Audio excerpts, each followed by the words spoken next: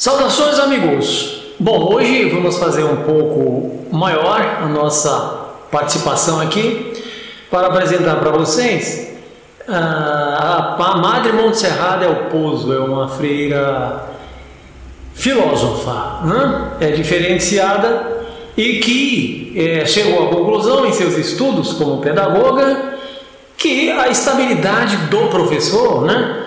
Veja bem, nós estamos falando do mau professor, do mau profissional, do mau funcionário público, que apesar de ser mau, ruim, péssimo, não se pode mandar embora, como disse já o ministro, né? Chamou até de parasita. Então, o mau funcionário público que não ajuda a sociedade tem que ser mandado embora. Uma reportagem de 2016, saiu em um veículo de comunicação aí. A educadora do Vaticano diz que o mestre tem de estar disposto a aprender todos os dias e que o sistema em que o profissional ruim não pode ser demitido não tem como dar certo, simples assim. São 30 anos que a freira espanhola Montserrat del Pozo recebeu a missão do Vaticano de investigar o que era feito de mais eficaz em educação no mundo.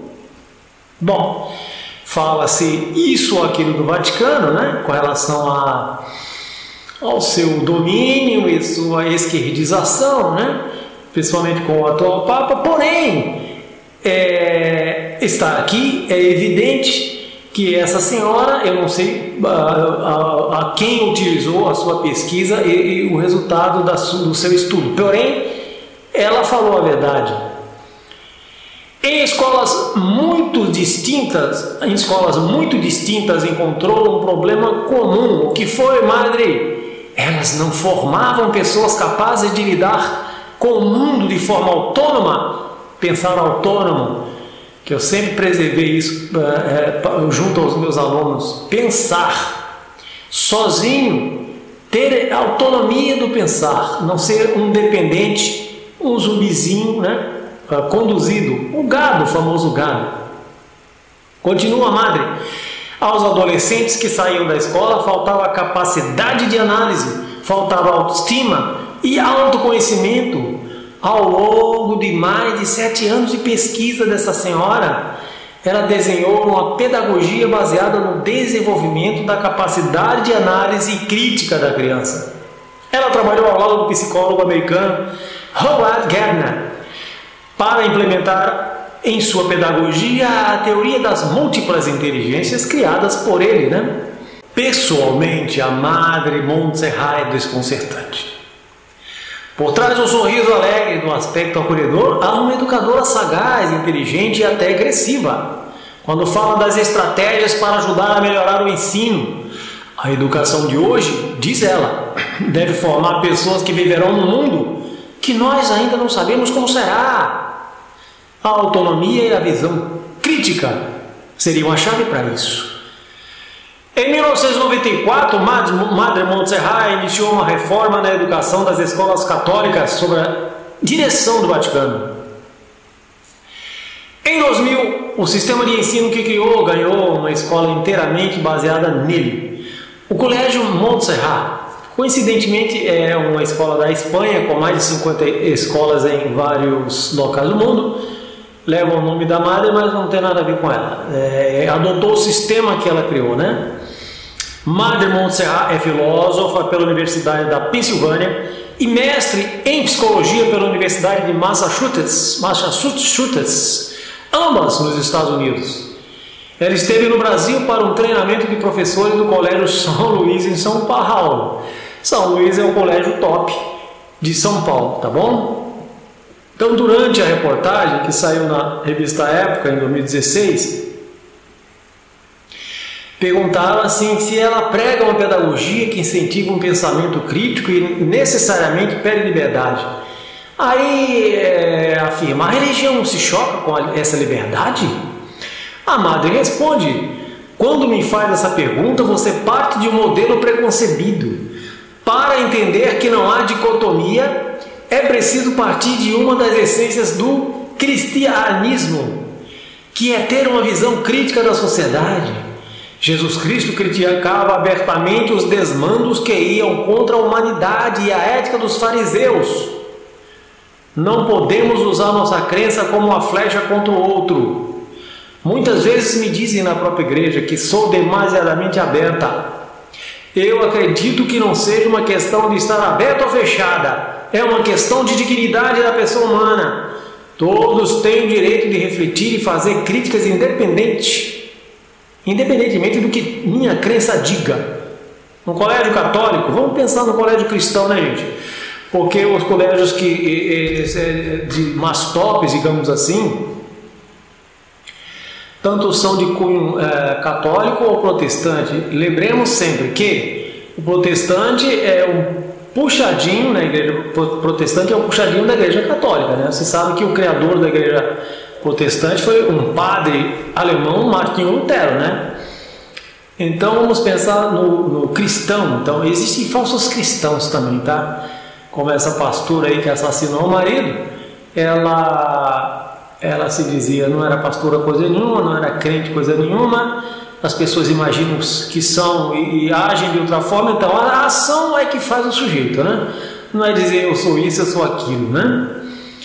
Então no colégio cristão, o respeito ao ser humano é fundamental. Para que esse respeito ocorra, temos de ser capazes de aceitar formas de pensar e viver muito distintas. Perguntaram-me na TV sobre qual é a nossa posição em relação a famílias de homossexuais e de pais divorciados. Não há posição para ter. A dignidade das crianças e das famílias é a mesma. O respeito é o mesmo. Misericórdia cristã é o respeito mútuo vertical, não horizontal. Tá?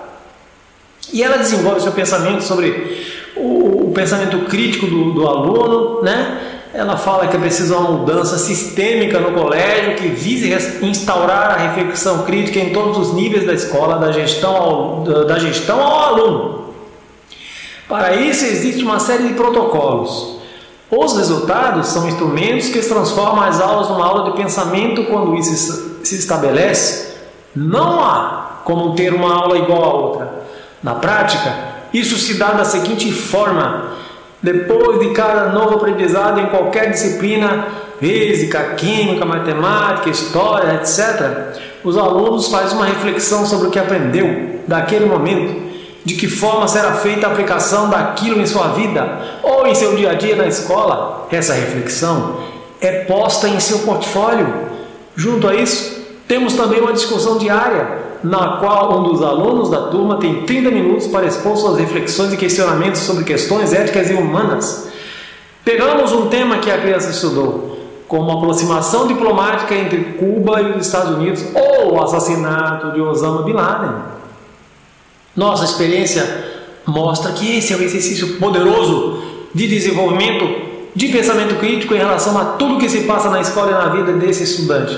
Pessoal, então, recentemente um amigo meu era contratado e ele foi, por inveja de uma diretora sem noção e de uma supervisora de ensino sem noção e uma diretoria de ensino sem noção e um Ministério Público sem noção e uma justiça de advogados sem noção, todos funcionários públicos, né, conseguiram quebrar o contrato desse professor que queria dar aula, dava aula de verdade, utilizava, né, numa época como essa, os vídeos que ele fazia no próprio canal, né, e inventaram um monte de coisas de uma diretora nojenta, sem noção. Não era, né, não estudou para ser bosta nenhuma, não sabe de pedagogia bosta nenhuma, e se dizia cristã, né, parece que era evangélica.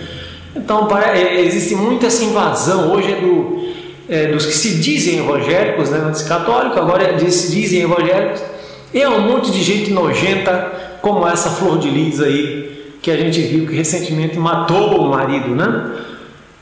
É uma reflexão para se fazer. E se você concorda que é uma sociedade em que não pode dispensar funcionários incompetentes, ruins, principalmente em educação, certamente a educação vai falhar, certamente o cidadão vai ser um zumbi, certamente os cidadãos que passam por uma escola com professores ruins, né, acham ruim quando a população chama de vagabundos, etc e tal,